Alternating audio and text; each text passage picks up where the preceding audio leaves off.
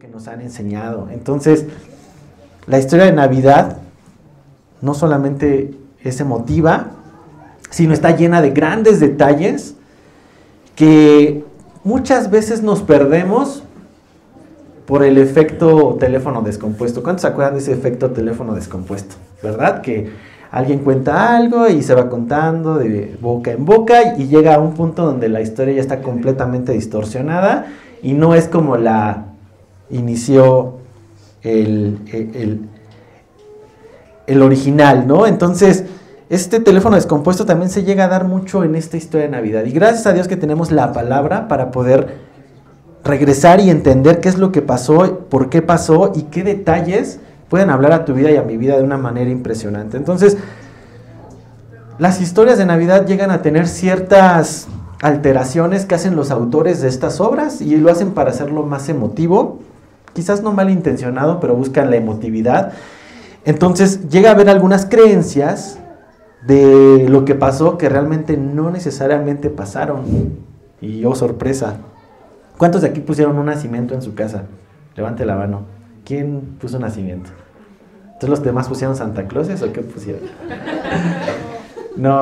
Acuérdense que poner un nacimiento no es malo, adorarlo es otra cosa, pero poner un nacimiento para recordar este momento ayuda mucho a que los niños y que todas las personas identifiquen que la Navidad no es Santa Claus, ni la Navidad son los duendes, la Navidad es Jesús. Entonces ayuda mucho. Y los nacimientos que encontramos, ¿qué elementos tienen? Tienen a José, a María, a un bebé. ¿Y qué más elementos tienen los nacimientos?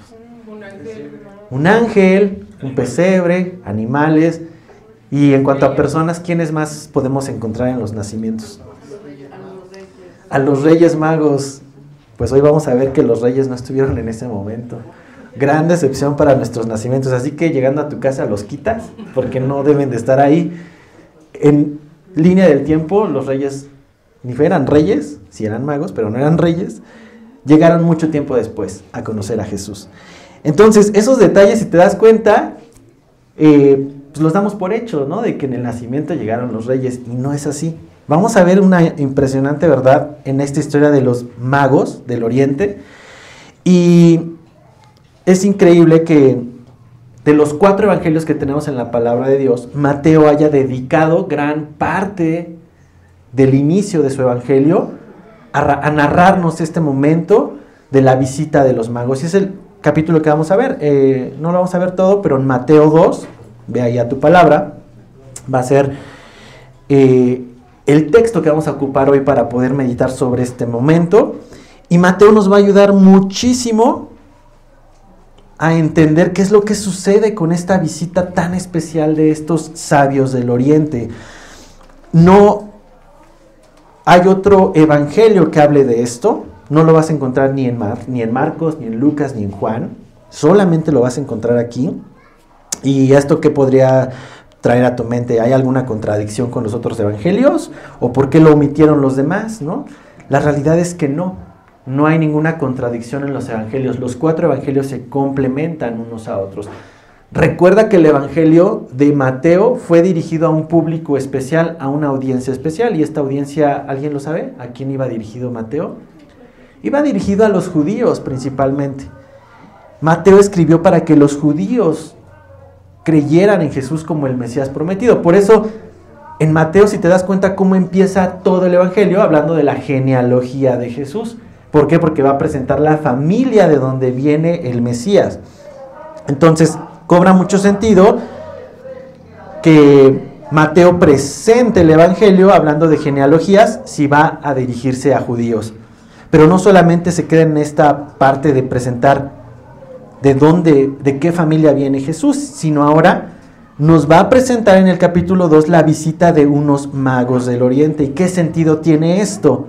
¿Para que tú y para que yo les regalemos juguetes a nuestros hijos? No tiene ese sentido. La realidad es que este relato nos va a dar un montón de detalles que para ti y para mí nos van a reforzar, a aumentar la fe en Cristo como el Rey prometido. Ahorita cantábamos, Rey de Reyes, nadie hay como tú. Y todas las canciones de Navidad incluyen un mensaje sobre el rey.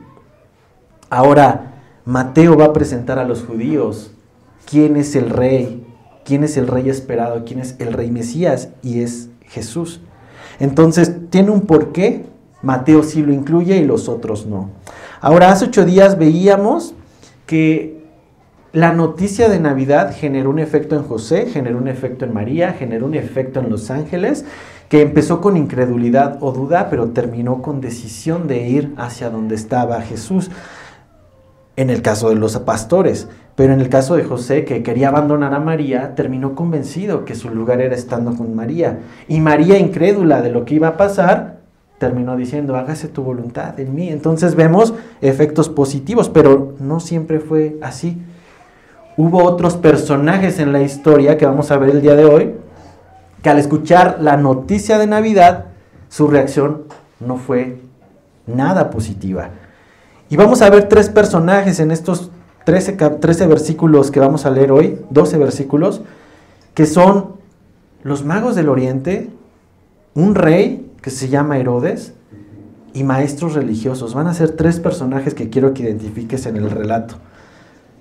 Y estos 3 personajes van a reaccionar a la noticia de Navidad, a la noticia del nacimiento de una forma interesante. Antes de que lo leamos, déjame decirte esto. Y Moni, si me ayudas a buscar Mateo 12:30 para que lo proyectes. Cuando tú escuchas sobre Jesús, solo hay 2 caminos. Un camino es creer y caminar la verdad y la vida que está en Cristo, y otro camino es rechazar.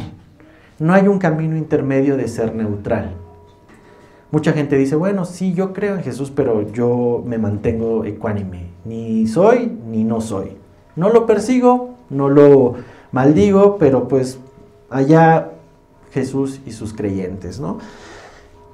La realidad es que Mateo 12:30 Jesús describe algo bien interesante que lo vamos a ver ahorita plasmado. Mateo 12:30 dice, el que no es conmigo, contra mí es, y el que conmigo no recoge, desparrama. En la versión Nueva Traducción Viviente dice, el que no está conmigo, a mí se opone, y el que no trabaja conmigo, en realidad trabaja en mi contra. ¿Te das cuenta? 2 caminos, 2 reacciones. O crees o rechazas. No hay punto neutral al conocer la noticia de Jesús. Entonces, vamos a ver la reacción y los motivos de estas reacciones de estos personajes que te acabo de decir en esta continuación del relato del nacimiento de Jesús. Versículo 1 del capítulo 2 de Mateo dice, cuando Jesús nació en Belén de Judea, en días del rey Herodes, vinieron del oriente a Jerusalén unos magos. No dice si son 3, no dice si eran reyes, solamente dice unos magos, diciendo, ¿dónde está el rey de los judíos que ha nacido? Porque su estrella hemos visto en el oriente y venimos a adorarle. Oyendo esto, el rey Herodes se turbó y toda Jerusalén con él. Y convocados todos los principales sacerdotes y los escribas del pueblo, les preguntó, ¿dónde había de nacer el Cristo? Ellos le dijeron, en Belén de Judea, porque así está escrito por el profeta. ¿Y tú, Belén de la tierra de Judá, no eres la más pequeña entre los príncipes de Judá? Porque de ti saldrá un guiador que apacentará a mi pueblo Israel. Entonces Herodes, llamando en secreto a los magos, indagó a ellos diligentemente el tiempo de la aparición de la estrella, y enviándolos a Belén dijo, id allá y averiguad con diligencia acerca del niño, y cuando le halléis, hacedmelo saber, para que yo también vaya y le adore. Ellos, habiendo oído al rey, se fueron, y he aquí la estrella que habían visto en el oriente iba delante de ellos, hasta que llegando se detuvo sobre donde estaba el niño. Y al ver la estrella, se regocijaron con muy grande gozo. Y al entrar en la casa, vieron al niño con su madre María, y postrándose lo adoraron. Y abriendo sus tesoros, le ofrecieron presentes, oro, incienso y mirra. Pero siendo avisados por revelación en sueños que no volviesen a Herodes, regresaron a su tierra por otro camino. Señor, te damos gracias, Padre, por tu palabra. Gracias porque a través de ella tú nos puedes mostrar tantas verdades que van a ayudarnos a convencer nuestra fe de que tú eres el Rey prometido, el Rey Mesías. Señor, yo te pido que si alguien el día de hoy viene con una fe débil, Señor, tú puedas aumentarla a través del estudio de tu palabra. Tu palabra es verdad, tu palabra nos santifica, como tú lo mencionabas en aquella oración ante el Padre. Gracias porque a través de ella podemos ser preparados para toda buena obra, Señor. Y te pido que el día de hoy podamos meditar en estos detalles de la historia para poder salir más animados en nuestra fe, Señor, y convencidos de que hemos elegido el camino correcto, el camino de la verdad y la vida en ti. Gracias, Señor Jesús. Espíritu Santo, ayúdanos a entender esto. Oramos esto en Jesús. Amén. Mis hermanos, hay muchos detalles que nos podríamos perder si leemos de corrido la historia. Como lo acabamos de hacer ahorita, creo que muchos lo han hecho y creo que la historia, en términos generales, cada uno de aquí la conoce, ¿no? Entonces, ¿saben quién es Herodes? No es un personaje muy popular. Creo que aquí, en esta generación y en otras, nadie le pone a sus hijos Herodes, ¿verdad? ¿Quién le quiere poner a su hijo Herodes? Creo que no es algo que nos motive, pero Mateo nos va a presentar la posición política y de tiempo en el tiempo que sucede esto, y nos dice que cuando Jesús nació, en el versículo 1, eran los días del rey Herodes. Había un rey en esta región de Judea, y nos relata que durante este reinado vienen unos magos del oriente. Entonces ya vemos a dos personas, a Herodes y a los magos del oriente. Pero vamos a describir a estos dos personajes para que tú y yo entendamos los motivos que los llevaron a reaccionar de una forma como a Herodes y de otra forma como a los magos. Entonces, la Biblia no describe detalles de quién era Herodes en este punto de la historia, pero gracias a Dios que hay muchos detalles a través de los historiadores y a través de los grandes estudiosos de la palabra que nos permiten echar chisme santo, ¿no?, sobre quién era Herodes. Entonces les voy a contar ahí sus chismecillos de don Herodes para que sepan el tipo de persona que era. Bueno, el rey Herodes era conocido como el rey Herodes el Grande, y era un gran político, era un gran gobernador, era un gran constructor, construyó muchísimas ciudades, construyó Cesarea, reconstruyó Samaria, fue un gran político y un gran gobernador, pero era un enfermo de poder y era muy cruel por este deseo de mantener su poder. Entonces, la historia de Herodes viene desde los 60 antes de Cristo, donde su padre apoya a los romanos a conquistar la región de Palestina. Entonces eso le genera un gran favor, no muy distinto a lo que hoy conocemos con los políticos actuales, donde los favores políticos se pagan con recompensas políticas, y terminan siendo procuradores de Judea hasta el punto donde llega a ser el tetrarca y un gobernador. Pero déjame contarte algo, Herodes no era judío, étnicamente no era judío.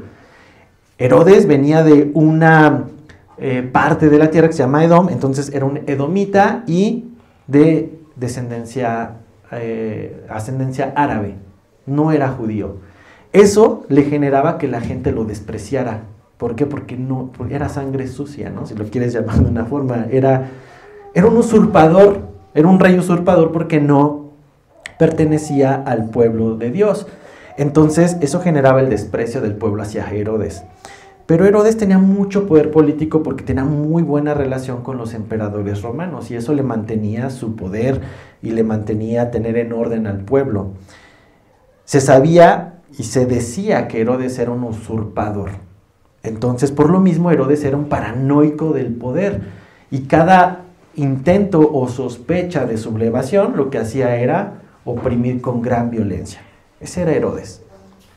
Ahora, ves a una persona que ama tener el poder, que está aferrado al poder y que cualquier amenaza siempre la va a tratar de aniquilar. Por otro lado, vamos a ver a los magos del oriente. Como te decía, no describe que sean tres, ni tampoco describe que sean reyes. Lo que sabemos es que eran magos y que venían del oriente. Ahora, los estudiosos de la palabra nos llevan a analizar esto. Provenían del oriente, que se estima eran de la región de Persia, lo que hoy es Irán. Y la palabra magos que vemos aquí no necesariamente se refiere a gente que practicaba la magia como tú y yo la conocemos contemporáneamente. Realmente la palabra que se ocupa aquí como magos se refiere a gente que estudiaba los astros.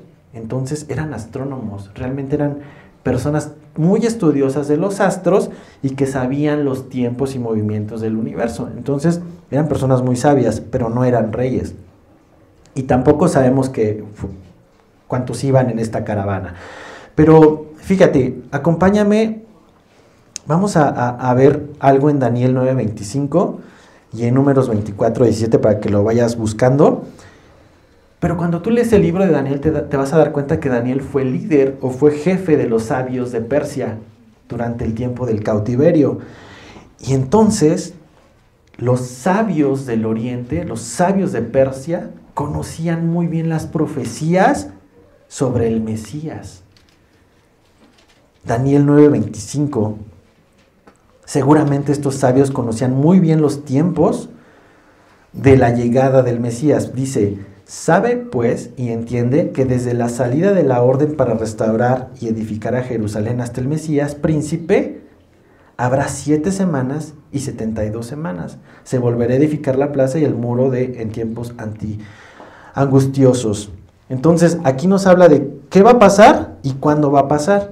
Y ellos llevaban muy bien la cuenta, seguramente, de los tiempos. Estaban preparados para esperar la señal. ¿Pero cuál era esa señal?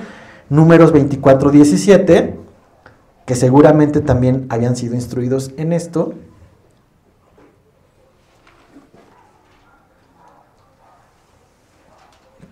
Si alguien me ayuda a leerlo, Números 24:17. Lo veré, mas no ahora. Lo miraré, mas no de cerca.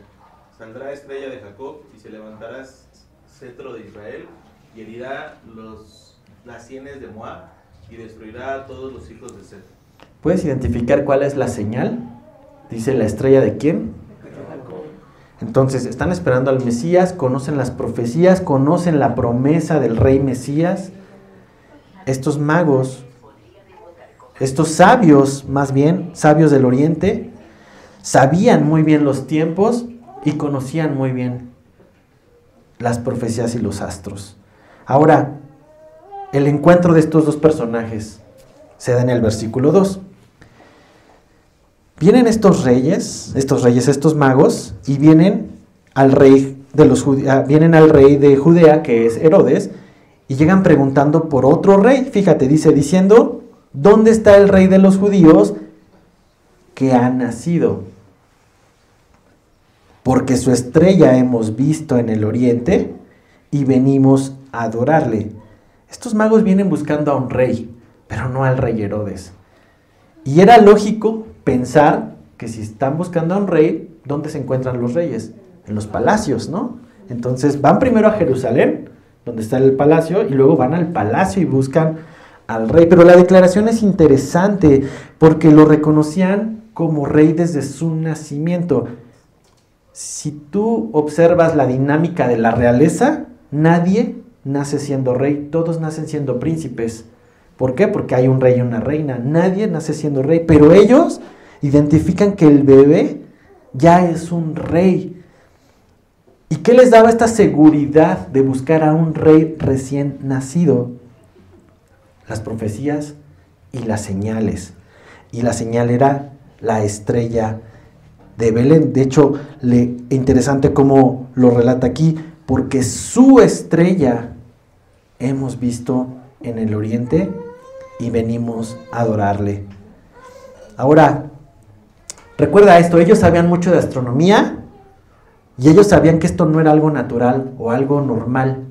Porque mucha gente dice: esa estrella era realmente la conjunción entre Júpiter y Saturno y brillaba, y se trata de dar una explicación astronómica, lo cual no estoy tan convencido en lo personal, porque ellos sabían muy bien los tiempos y los movimientos de los astros, y cuando identifican esta estrella, ellos dicen: esto no es normal, esto es la estrella del Mesías. Entonces, esto no era ordinario y salía del orden, por eso ellos se animaron a salir de sus tierras a buscar al rey. Ahora, ¿qué era esto? No lo sabemos a ciencia cierta, pero podemos suponer que es el Shekinah, que es la misma gloria de Dios, la misma gloria que guió al pueblo en el desierto, ¿te acuerdas? Un evento de este estilo sobrenatural ahora estaba guiando a estos sabios hacia Jesús. ¿Y cuál era el motivo de su búsqueda? Ellos mismos lo dicen, venimos a adorarle. Vemos un convencimiento en ellos, un convencimiento total de, no solamente venimos a conocerle, venimos a ver si es cierto o no, venimos a comprobar a ver si es el rey o no, no, venimos a adorarle. Y ves un convencimiento de estos sabios, sin duda, muy sabios.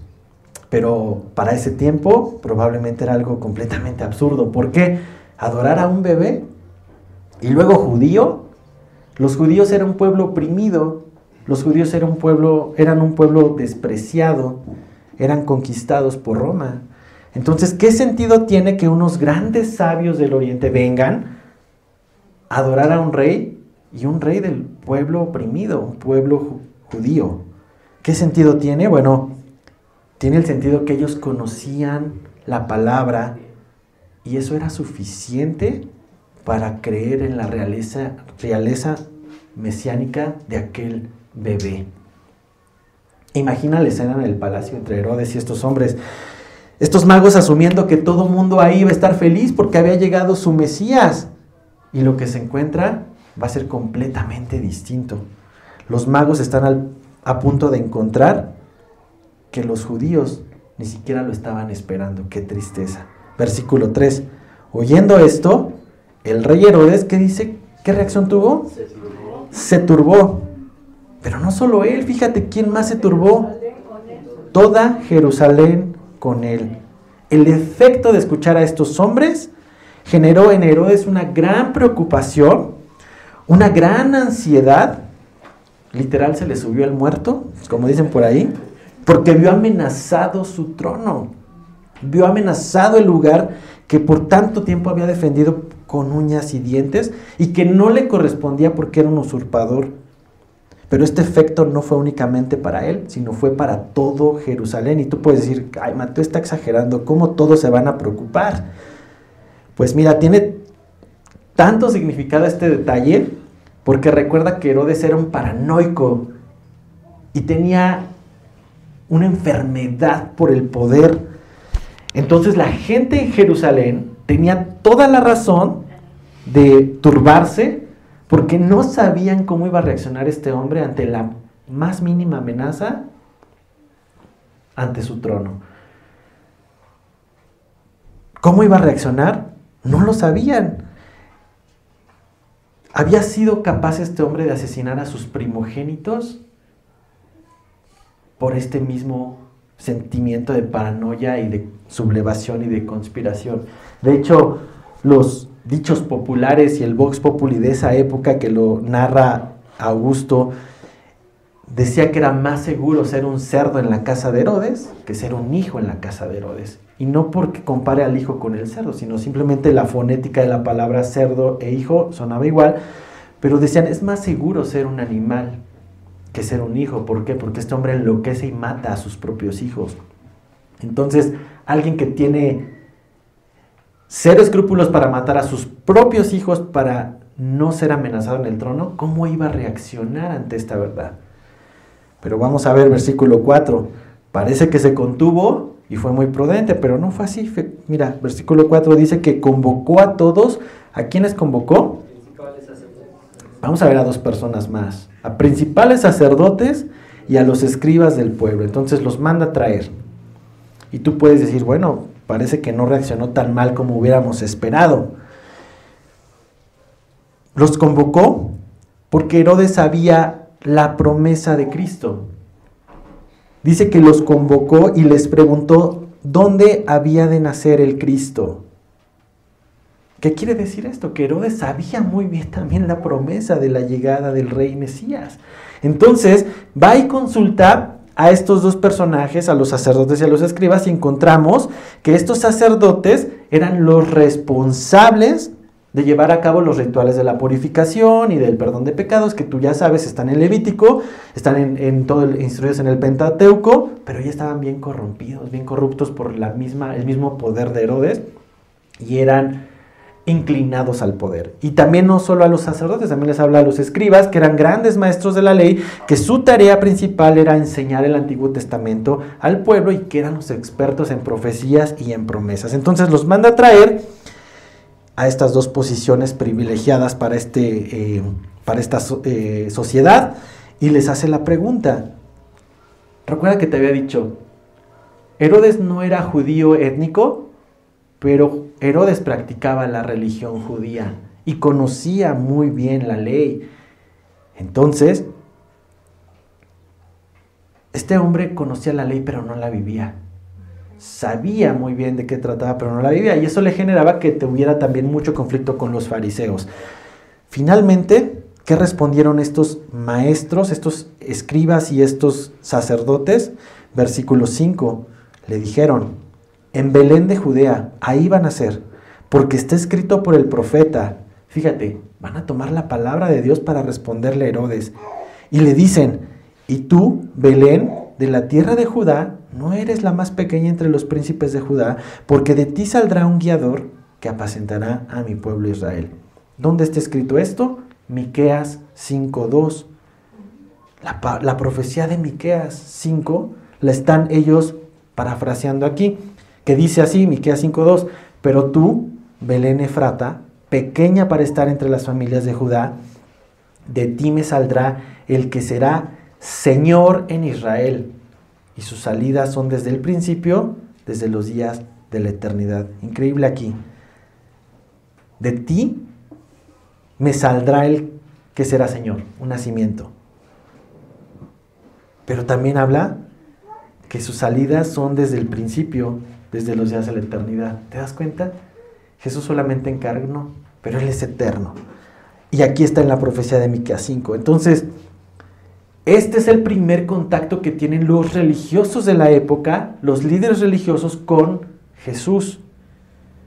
Ellos entendían muy bien la información bíblica, ellos conocían muy bien las profecías, ellos sabían incluso de dónde iba a nacer el Mesías, pero fallaron en aplicar ese conocimiento a sus vidas. ¿Por qué te digo que fallaron?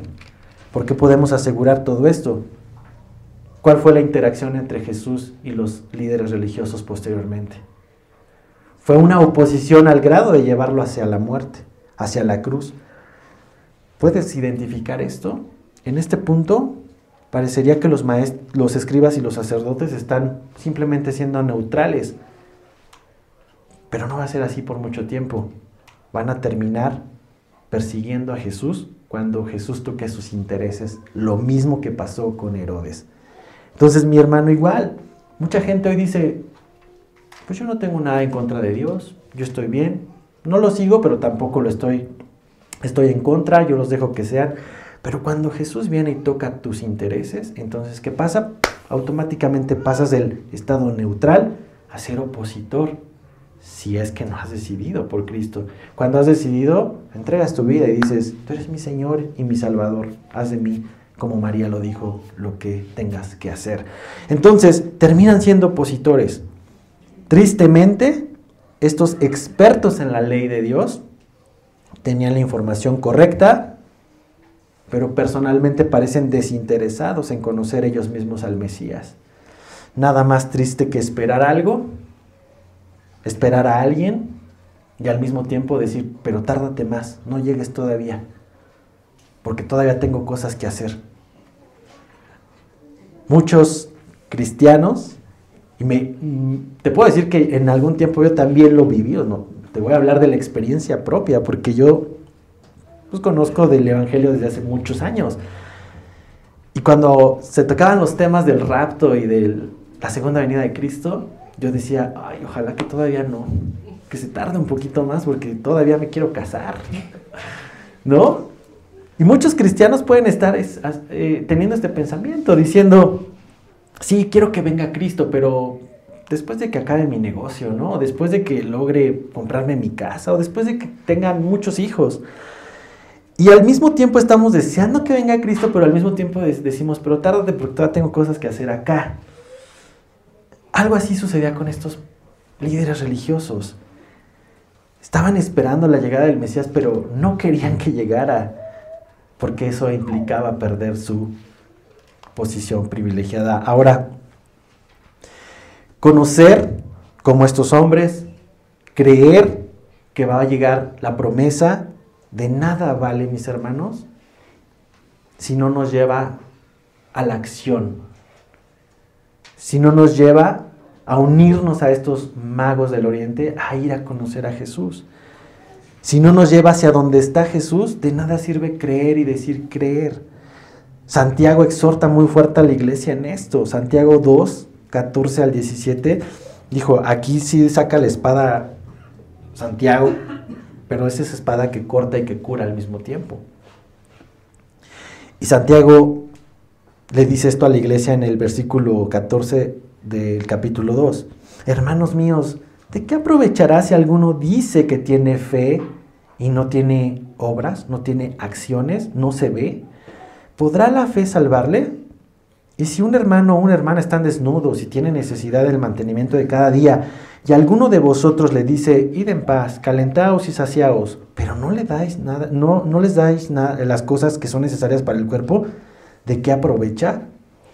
Dice, así también la fe, si no tiene obras, si no tiene acciones, si no hay evidencias, es muerta en sí misma. ¿Te das cuenta? Estos hombres creían, pero no vivían, y su fe era muerta. Triste, porque sigue sucediendo, mis hermanos. Ahora, como te digo, Dios corta, pero también sana, y siempre es, si el Señor nos está advirtiendo algo, es porque necesitamos considerarlo. Fíjate, versículo 7, vamos a ver ahora Herodes sacando el colmillo, porque no se quedó de brazos cruzados. Herodes, llamando en secreto a los magos, indagó de ellos diligentemente el tiempo de la aparición de la estrella. ¿Por qué crees que haya decidido ya no hablar más con los escribas ni los sacerdotes?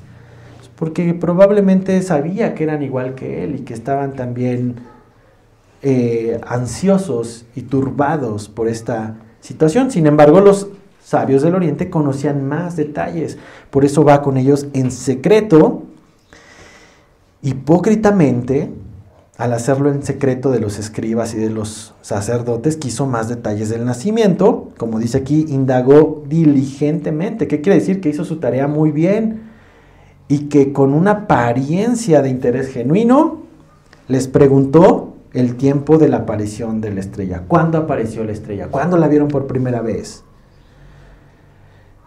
No se detalla aquí el tiempo que ellos responden.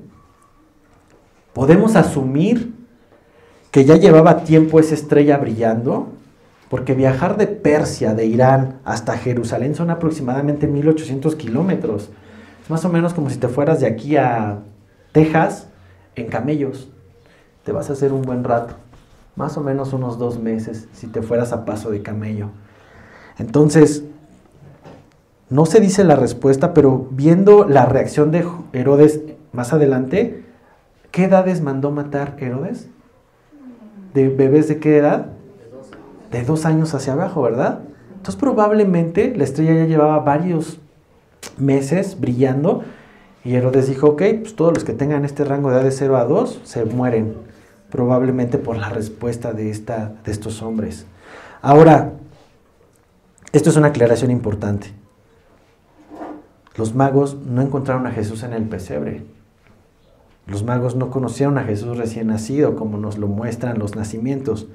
Ellos tardaron en llegar a conocer al niño. Versículo 9. Ellos, habiendo ido al rey, el rey que decía que quería saber más detalles para irle a adorar, simplemente se fueron, y he aquí la estrella que habían visto en el oriente, iba delante de ellos hasta que llegando se detuvo sobre donde estaba el niño.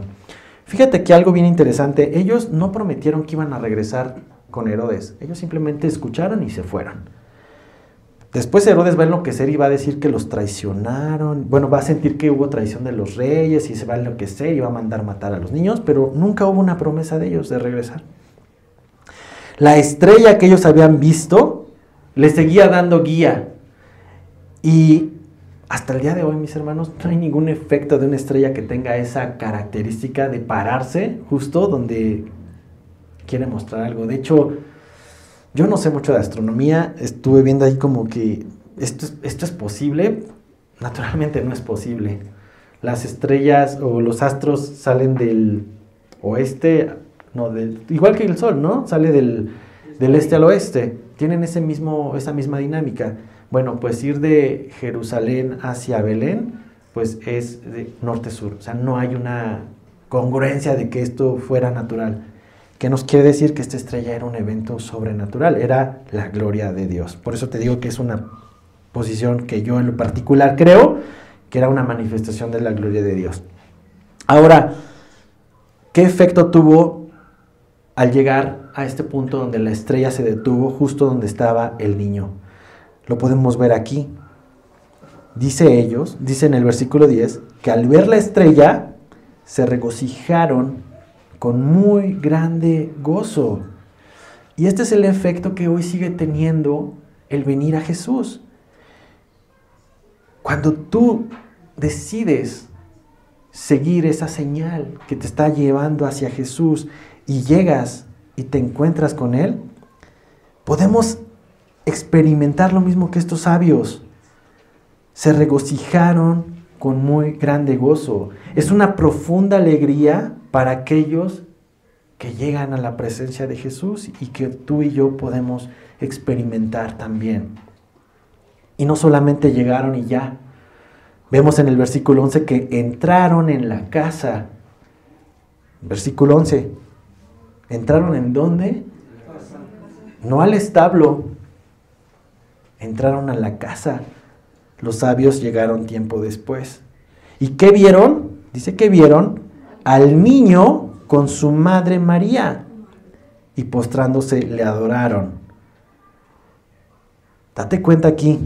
Es bien importante identificar lo singular y no lo plural. Estos hombres vieron al niño y después a su mamá. Y no dice que les adoraron, dice le adoraron. ¿A quién adoraron? Al niño, no adoraron a María. Y esto es muy importante porque la divinidad solo es de Jesús, no es de María. María fue un gran instrumento utilizado por Dios, pero la adoración solo fue a Jesús. El centro de la visita fue Jesús y el centro de la adoración fue Jesús. Contrario a la tradición de un nacimiento natural, que cuando alguien nace, ¿qué es lo que hacemos? Vamos y felicitamos a ¿quiénes? A los papás, ¿verdad? Y les llevamos a los papás un regalo y decimos, bienvenido, qué padre. Aquí no, aquí es al revés.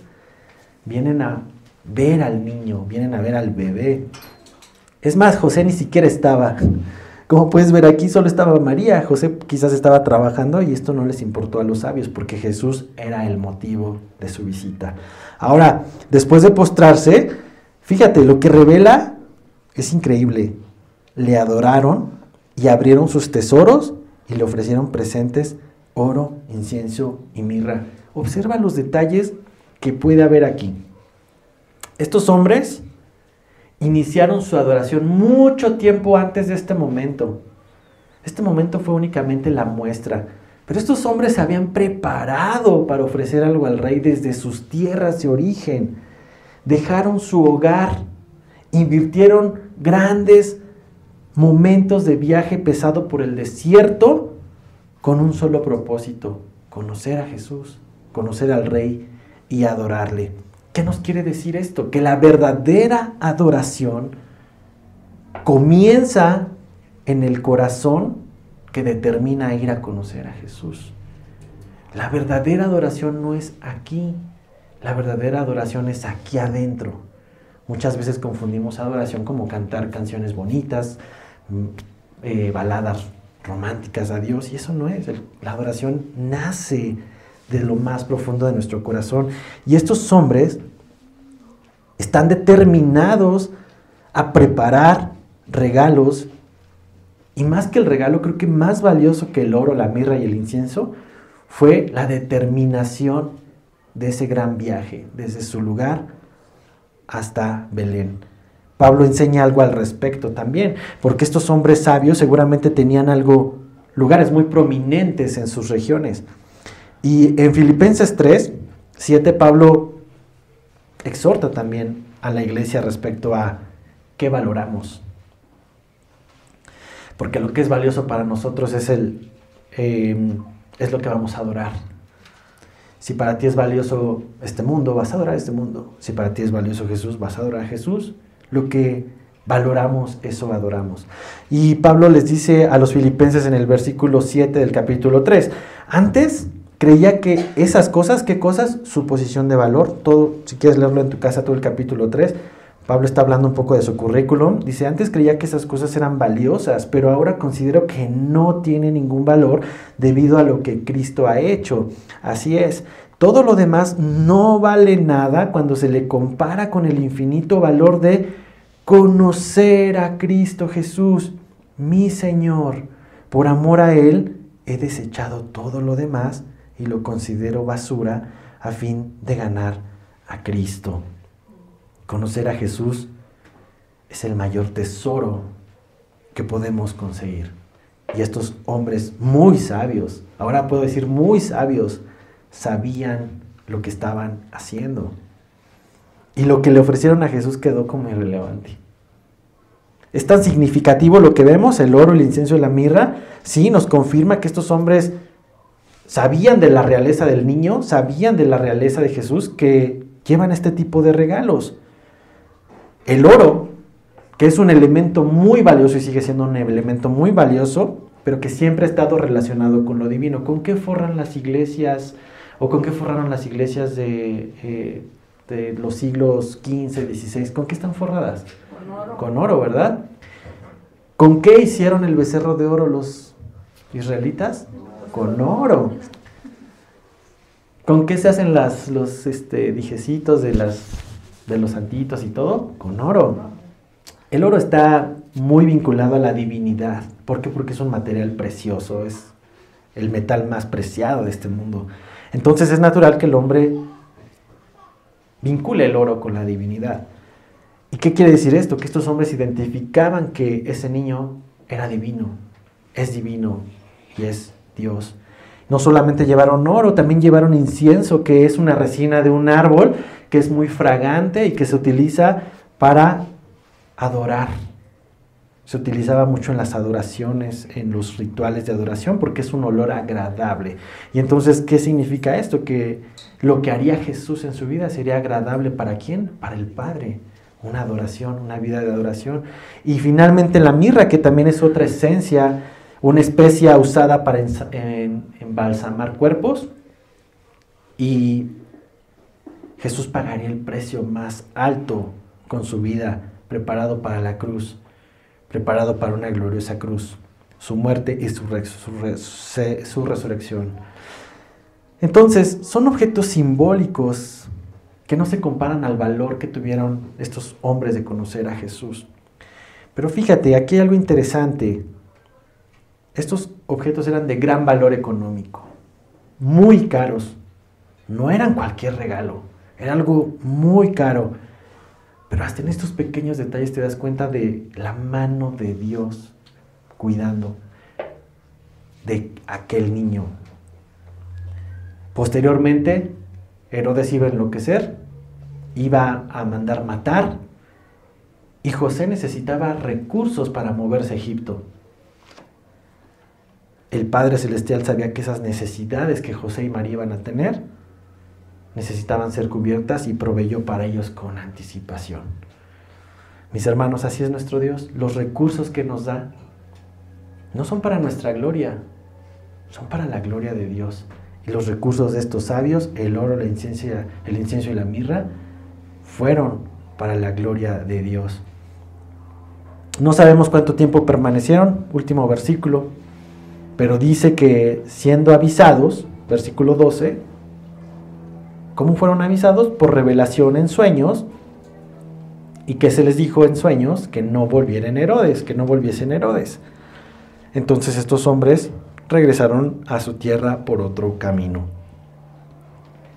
Lo que sabemos es que Dios mismo guiaba a estos hombres a través de la estrella para llegar a Cristo, pero también los guió a través de sueños para no regresar a Herodes. Observa finalmente esto. La adoración de estos hombres no se quedó con el ir al lugar del niño, el entregar estos regalos. La adoración fue más allá. Fíjate, su adoración manifestó obediencia. Fueron obedientes al sueño celestial y se van sin ser informadores de Herodes. Estos hombres pudieron haber dicho, no, yo quedé con el rey y voy a pasar con el rey y le voy a avisar al rey porque quiere adorarle. Ellos escucharon en sueños la voz y ellos obedecieron esta voz. ¿Cuánta enseñanza podemos encontrar aquí? Son muchos detalles, ¿verdad? Que sin duda nos dejan ver la gran sabiduría que tenían estos magos. Y no debemos dejar que estos detalles tan importantes sean diluidos por la tradición consumista que representan los Reyes Magos. Como les decía, que ni son reyes, pero sí fueron magos. No son los regalos, mis hermanos. Es el corazón de la adoración lo que podemos ver aquí en esta historia, que impulsó a estos hombres a encontrarse con Jesús mismo. Y déjame cerrar con esto. Aquí podemos ver 3 diferentes respuestas a Jesús. Uno puede decir que toda persona responde a una de estas 3 maneras, pero yo te decía que solamente hay 2. Fíjate, Herodes mostró odio abierto y hostilidad hacia Jesús. Fue claro. A mí no me interesa conocer a este rey, yo lo voy a exterminar. Los magos, por su lado, buscaron a Jesús hasta encontrarlo y al encontrarlo lo adoraron a un gran costo. Y la tercera son los sumos sacerdotes y los escribas que fueron indiferentes hacia Jesús, aunque terminarían, como te decía, siendo enemigos y enemigos hasta la muerte. No hay punto neutro. O estás con Él o estás en contra de Él. Y podemos aprender tanto de la sabiduría de estos magos del Oriente que fíjate, punto número 1, no estaban satisfechos solo con mirar la estrella y admirarle y decir, creo que ya llegó el tiempo, ya el Mesías ha llegado. Ellos hicieron algo acerca de esta revelación, fueron y la siguieron y perseveraron en su búsqueda y en seguir la estrella. Punto número 2 que podemos ver aquí, no se desanimaron al ver la hipocresía de los judíos, que ni les interesaba la llegada del Mesías. No estaba su mirada en los hombres, su mirada estaba en la estrella, en su estrella. También lo que podemos ver es que cuando ellos llegaron a Jesús, encontraron gran alegría, gran gozo, lo menciona así. Se regocijaron con muy grande gozo, pero cuando lo encontraron, ellos no se autoelogiaron por haberlo encontrado, decir, lo sabíamos, somos tan sabios que llegamos al lugar, desciframos la profecía y no se elogiaron ellos. Cuando entraron adoraron al niño, sintieron esa urgencia de adorarle y no esperaron hasta más tarde. Y vemos un patrón maravilloso en estos magos del Oriente. Los que buscan a Jesús, lo verán. Si tú estás buscando a Jesús, lo vas a encontrar, lo vas a ver. Y los que verdaderamente lo vemos, lo vamos a adorar. Y los que lo adoramos, vamos a consagrarnos en Él. Vamos a consagrar nuestra vida en Él como estos grandes sabios. Mi hermano, no nos desanimemos por lo que encontremos en el camino. sigamos convencidos que nuestro destino vamos a encontrar gran gozo en Jesús. Y eso creo que va a darnos mucho aliento, como te decía al principio, en esta Navidad. Medita en esto. Si tienes niños, medita en esta historia, no en los regalos, sino en la adoración que representó la visita de estos magos a Jesús. Y regresemos la enseñanza a estos tiempos de Navidad, donde hoy todo es comercial y mercadotecnia, cuando la realidad es que hay tanta verdad en la historia de Navidad como lo acabamos de ver ahorita, que nos puede confrontar, nos puede animar y nos puede seguir llevando en el camino hacia Jesús. ¿Qué te parece si te pones de pie y vamos a orar al Señor por esto?